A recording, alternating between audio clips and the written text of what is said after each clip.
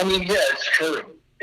Sometimes I believe the colors just went. I don't know if they did with the 579. It's what occurred. I'm not sure.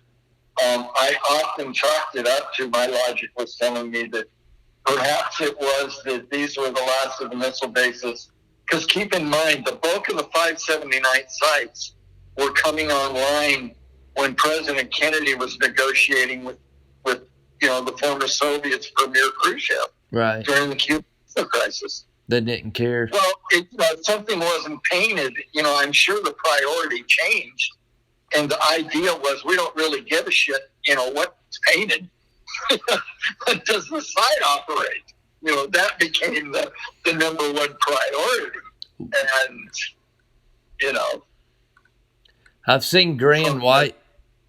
I'm sorry to get off Atlas F, but I've seen gray and whites from Titan 1s. You don't know what it is.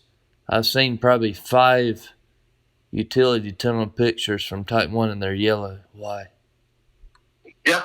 Why? I mean, more than any of the yellow ones are all coming out of Lowry, the 6 Lowry sites. Why'd they go to seafoam green for Atlas F if they're built at the same time? I mean, again, Bryce, that would have to be answered from. Now, see, as I said earlier, the chief historian for the Corps of Engineers, he sent me a finding aid for many of the things that's at the National Archives. And quite a few of the boxes. And, I mean, maybe I'm going to get some, when I get to go through those, I can come across why certain things were done. I'm not sure. It's certainly not said in the construction histories. And I have all of the construction histories for not just Atlas F, but Type 1s. So I don't know. I mean, the construction history does not reference this particular color. Yeah, I get greens and the idea that they wanted something that was soothing for the eye. And well, okay, I like that. I get that. All right, so when you walk out of the long utility way to the antenna silos in a Titan 1, you're greeted with green and the LCC. Yeah. Why? Well, I kind of laughed. I mean, if you go back in years, a lot was done with colors in terms of, let's take hospital emergency and hospital operating rooms in America. One of the primary colors that used was a pale yellow or a pale mint or a light green. Institutional green. Yeah, and it was for that. I mean, I would imagine it was for the doctors and the nurses and the personnel, in there, obviously trying to save somebody's life. Under extreme stress, they needed, perhaps certain colors. I mean, when you look at the Titan 1s at Lowry, you can immediately go, okay, the yellow. I just saw so much of the green. I wish it would have been a light baby blue for Air Force or something.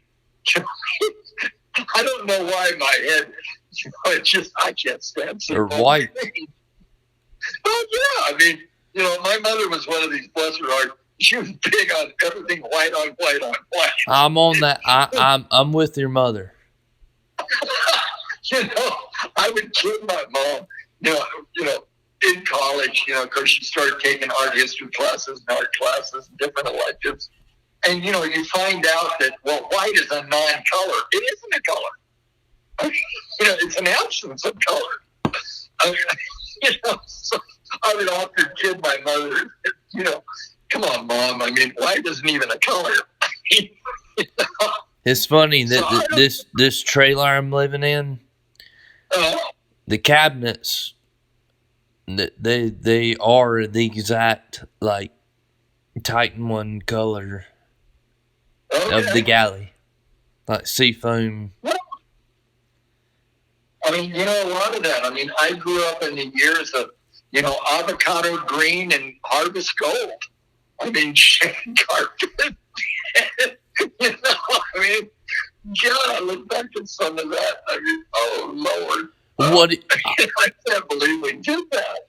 I mean, I remember my mother and father putting in a new kitchen when I was, God, just, I don't know, junior high school, and put in a brand new kitchen. And I mean, oh my God, it was, harvest gold and avocado green. I love it. It's probably, it was like, okay, but everybody had it. It's probably in style now. Yeah, exactly. I mean, it comes out and goes in. What do you think about like the forest green and the Nebraska sites? Answer that. I mean, Bradshaw, Texas, the one that's heavily contaminated. Yeah, they're dark green. I mean, yeah, it's just an interesting green. I mean, I don't have too much of a problem with that. I mean, I'm kind of shocked from an Air Force facility. I could even have bought a kind of a neutral cream, a light khaki. I don't know. That's what I just had in my mind. I mean, obviously I was Army, and everything was, when I was in the Army, everything was olive drab. Even our uniforms. Right. But I'm going way back there. I mean, it was the same. I was in when we had the same uniforms that they wore in Vietnam. Okay. We didn't even get into what they call the BDUs or the battle dress uniforms, and then the woodland camo pack. It's nothing like what we have today. I look at what they have today. I mean, from what are they called? ACUs.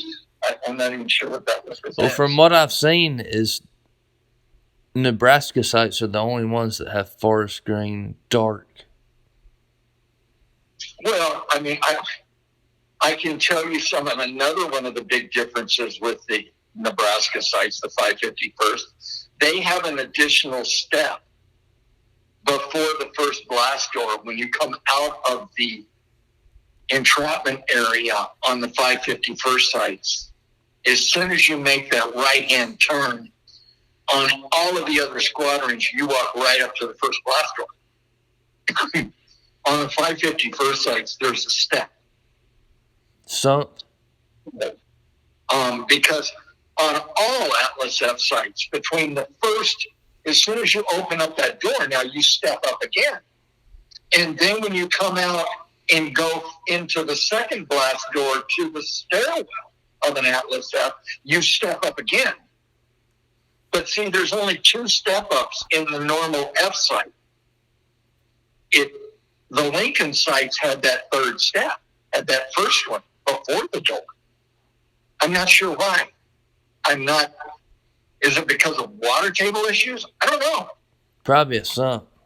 I can tell you on the 577th, on the Alta sites, there is a separate kind of, I don't want to call it cement or concrete or stucco, but it comes up about 2 feet from the floor up the sidewalls.